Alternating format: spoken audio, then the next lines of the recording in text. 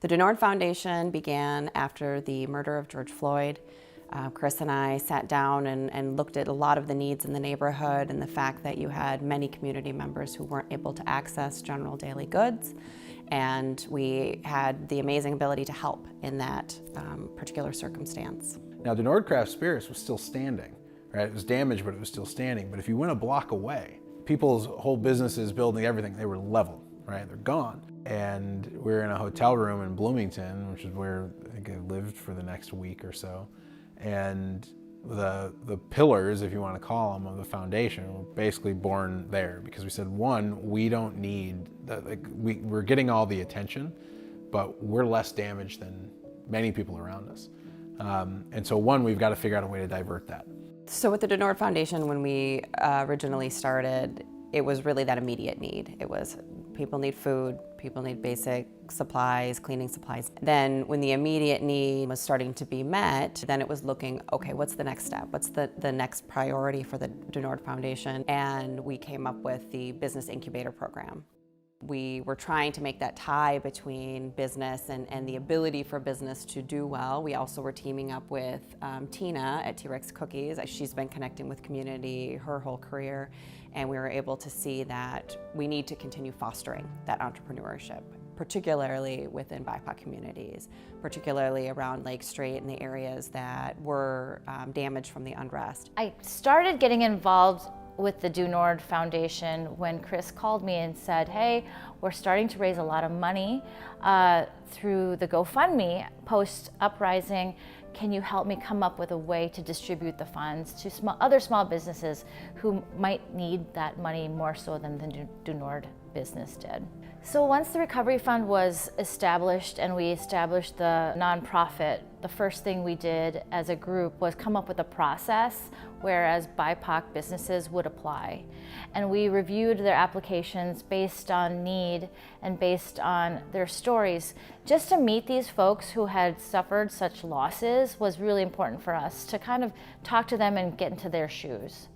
Fortunately for us, our office was housed out of a large building, and so while much of the building sustained some serious damage, ours wasn't so damaged, but we couldn't do business out of there. The building was flooded when we walked in. We were able to retrieve documents and things of that nature, the essentials. Yeah, it was a challenging moment, but we also felt inspired because we knew that a lot of people wanted to have justice. We were more so like a fire was raging within us to do even better work, and we knew a lot of folks needed to be served in that moment. The Recovery Fund was essential in the sense that we were able to furnish a new place, have some rent money to pay up right away. It's essential for the healing process, for the environment to be comfortable, if you will. It's been quite a journey to arrive to this, but we basically want to support economic prosperity and business ownership for minority communities. Donors can support our work in several different ways. Through financial contributions, we really appreciate that. Become a volunteer at the community market, which is our current initiative. The community market is serving the neighborhood and our neighbors by providing free, healthy groceries and household supplies. We work really hard to have culturally connected foods for our neighbors. Our grocery stores here in this area had been closed up until the end of 2020. So there was a great need in the community that wasn't being fulfilled. People can sign up to volunteer for shifts. I make them every month, and they're divided into prep shifts and distribution shifts. So people can sign up for those depending on kind of what they want to do. It's really important to me that the volunteers also feel that they're connecting to the community in a meaningful way. And I think that a lot of volunteers only have experience with kind of a charity-based model of volunteering, and it isn't embedded in kind of what the community needs always. The way that we train volunteers here makes them feel like they're a part of the community rather than doing something to save the community or things like that. The Denord Foundation is a group of neighbors who are trying to help their neighbors and doing it in the way that they know how. And because we've got a business background, we're trying to support people in their dreams of opening up businesses. Because, you know, I come from a background where I had to go to those soup kitchens, and I understand that feeling, and I understand that it's not necessarily your brightest moment, and that you don't necessarily want to prove that you deserve to be fed. And so we are a place where people can go, no questions asked, and get that food.